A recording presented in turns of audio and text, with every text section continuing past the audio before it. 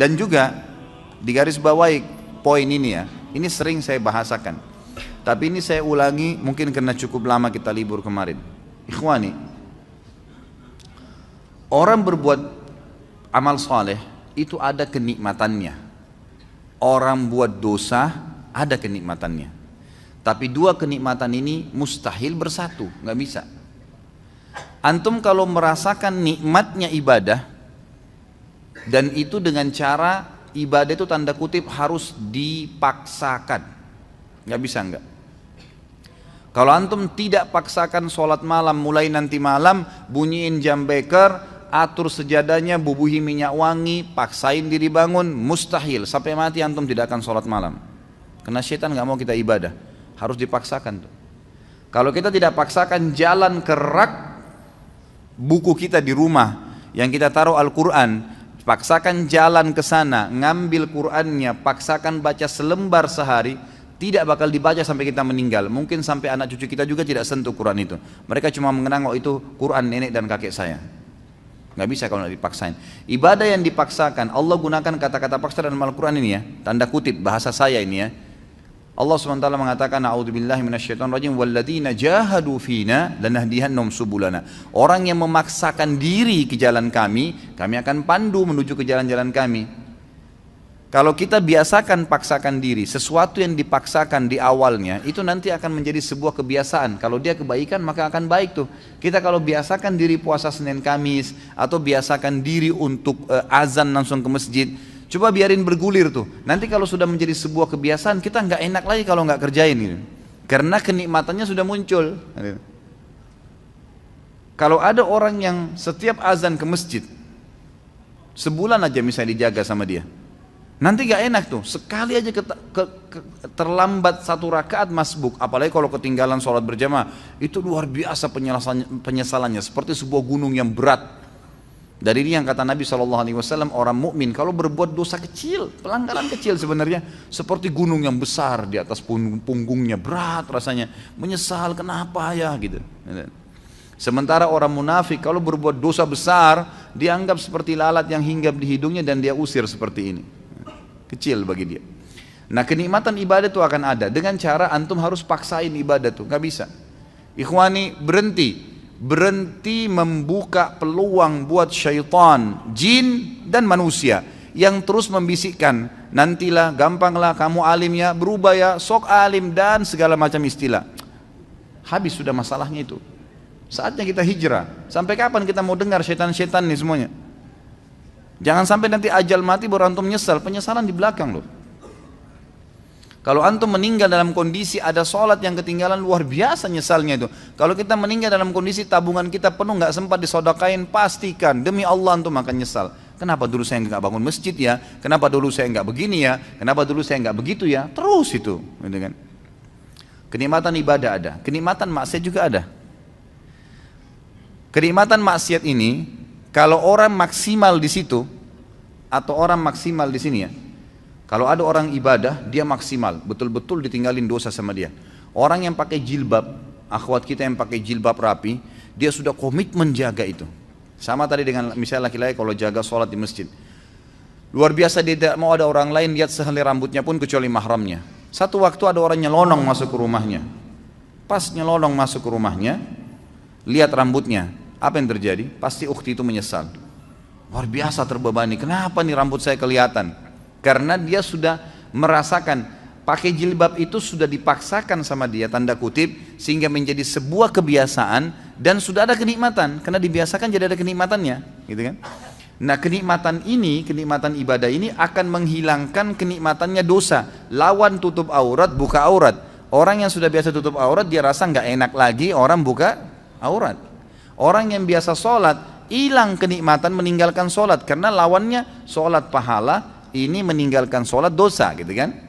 Orang yang tarik kepada semua ibadah nih, orang yang biasa gemar bersedekah bantu orang, nanti dia nggak enak, lawannya itu pelit yang akan kita bahas malam ini, itu berat, dia jadi tidak mau tuh, tidak ada kenikmatannya lagi. Dia kalau punya sesuatu, siapa lagi nih yang mau dikasih nih, dikeluarkan, gitu kan? Seperti itu. Dosa dari sisi lain juga punya kenikmatan. Dosa punya kenikmatan. Orang kalau sudah membiasakan diri dalam kemaksiatan. Misal perempuan tidak tutup aurat, dia pakai celana pendek, pakai celana ketat, bajunya luar biasa terbuka, gitu kan. Kenikmatan dia jadikan sebagai kebiasaan, muncul kenikmatannya itu. Makanya semua yang dibeli pakaian pendek semua. Kenikmatan ibadah lawannya tutup aurat itu hilang dari dia. Mustahil dia mau tutup auratnya, gitu kan? Karena dia sudah merasakan kenikmatannya maksiat nih. Gitu. Tarik ini dalam semua kemaksiatan apapun yang antum rutinkan. Makanya sering saya bahasakan ikhwani, Allah Subhanahu wa taala menyibukkan kita dengan kegiatan-kegiatan agama tuh. Dibuatin jadwal seharian, ada jadwal sholat, ada jadwal baca Quran, ada amal-amal soleh, banyak programnya ditawarkan supaya padat. Syaitan untuk membuat agar program-program ibadah ini terganggu, dibuatin program juga sama dia, program-program kemaksiatan. Kalau antum sudah dikena dengan satu dosa, misal nonton gosip jam 8 pagi, contoh, syaitan hiasin tuh supaya jadi indah dan menjadi kebiasaan antum. Setiap jam 8 nggak enak kalau nggak nonton misalnya. Jadi sebuah kenikmatan, ya kan? Maka antum tidak akan mau diganggu jam itu, kegiatan apapun, mau baca Quran, mau mengaji, mau apa, pokoknya harus saya nonton ini, gitu kan? Dibuat kenikmatan. Kalau kenikmatannya sudah muncul, maka kenikmatan ibadah tidak ada. Kalau ada orang maksimal di sini, dia nikmatin ibadahnya, dia tinggalkan benar-benar 100% dosa, itu yang luar biasa. Itu yang kita harapkan.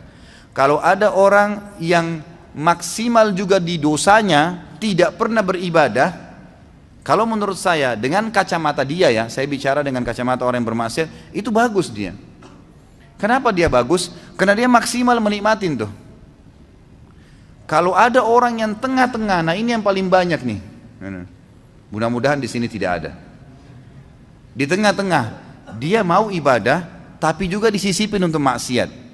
Orang yang seperti ini ikhwani tidak merasakan maksimal nikmatnya ibadah. Biar antum mau tutup mata, mau baca ayat 1 jam, tidak khusyuk-khusyuk, karena masih ada dosanya. Kalau berimbang dua-duanya, ini nggak ada kenikmatannya, ini juga nggak ada kenikmatannya. Jadi nggak nikmat ibadah, nggak nikmat maksiat, gitu kan? Kalau ada orang misalnya mabuk, dia anggap bolehlah kumpul-kumpul sama teman, minum. Tapi dia juga jaga 5 waktu sholat. Kira-kira pada saat dia mabuk jam 2, jam 3 malam, dia pikirin sholat subuh, terganggu nggak? Lagi mabuk, duh sebentar mau subuh nih. Nggak nikmat tuh mabuknya. Ya nggak maksimal, karena dia masih terbebani dengan sholat subuh. Jadi kalau ada orang mabuk sekalian, dia nggak pikir sholat, itu maksimal dia. Dia nikmatin, tapi ingat ujungnya neraka, bukan saya sarankan ya. Ujungnya neraka nih. Tapi saya coba datangkan ikhwani supaya antum keluar dari poin yang ini nih. Ada orang di sini, jadi dia masih membuka diri untuk kemaksiatan sehingga ibadahnya nggak pernah bisa khusyuk karena dia masih buka pintu ini. Jadi nggak bisa. Di sini nggak nikmat, di sini nggak nikmat. Dia kalau berbuat ibadah, kemudian dia juga masih buat maksiat. Nanti dia pada saat sudah pelihara jenggot, sudah mulai hadir pengajian, sudah mulai jaga sholat, tapi masih pacaran misalnya. Dia jalan, kalau dia jalan dengan pacarnya itu, pasti dia diikuti dengan ketakutan-ketakutan. Takut dilihat, takut nanti ada yang tahu nih teman pengajian, takut begini, nggak maksimal tuh. Coba kalau dia nggak ada beban, memang dasarnya rusak, mau telanjang di jalan, mau pergi kemana-mana sama dia nggak ada beban, nggak peduli, gitu kan? Memang ahli neraka sudah, ya sudah. Dia sudah nggak ada malunya, kata Nabi SAW, kalau kau tidak malu, buat apa yang kau inginkan? Nah ini dia rasakan maksimal di situ, tapi ujung-ujungnya konsekuensi ada, dosa dan masuk neraka, gitu kan? Jadi antum tidak ada opsi. Menjadi orang yang mukmin memang sejati, nggak ada lagi peluang untuk maksiat. Udah habis ceritanya itu. Bisikan-bisikan syaitan untuk gini, untuk gitu, negosiasi supaya masih mau ngurangin kekhusyuan pahala, ngurangin sedekahnya. Buka dompet 50.000, 10.000, sama 5.000. Pas antum buka niat mau sedekah buat orang fakir miskin. Begitu antum buka syaitan bisikin 5.000 aja. Ya. Dia ambil 5.000 kasih. Enggak, a'udzubillahi minasyaitonirrajim. Makin besar jaring yang kita lempar, makin besar ikan yang didapat. Bagaimana caranya orang mau dapat ikan paus pakai cantolan yang kecil? Jebol lah. Gitu. Untuk nangkap ikan teri dipakai untuk panggil ikan paus, nggak bisa. Pakai kapal tanker. Tuh dapat ikan paus tuh besar. Gitu kan. Ngasih 1.000 rupiah minta sama Allah kesehatan, kekuatan, keturunan, selamat dari neraka, masuk surga, jodoh yang baik. Wah, luar biasa. Gimana caranya? Padahal kalau dia belikan atasannya hadiah, dibungkus, kemasan bagus, macam-macam. Kita kalau kasih fakir miskin, ikhwani, itu kita bukan kasih dia sebenarnya. Kita seperti memberikan hadiah kepada Allah itu. Makanya para ulama mengatakan, Urwah Ibn Zubair rahimahullah, seorang ulama tabi'in yang masyhur, beliau mengatakan, jangan kalian menganggap sama sekali sedekah yang kalian keluarkan itu bentuk sedekah, itu hadiah yang kalian berikan kepada Allah. Maka malulah seseorang di antara kita kalau memberikan kepada Allah lebih sederhana dari apa yang dia berikan kepada orang yang dia hormati dari manusia. Kalau perlu, kalau kita mau kasih buah, memang di packing resmi, bagus, kasih fakir miskin. Itu gimana senangnya dia. Dia sih cuma dapat duniawianya, tapi Allah memberikan kita balasan sesuai dengan kadar keikhlasan kita, gitu kan? Jadi di sini maksimal ke sini, dan ini sudah tolak. Saatnya hijrah, nggak bisa sampai kapan nih? Gitu. Kalau setengah-setengah percuma gitu, tidak akan merasakan kenikmatan semuanya.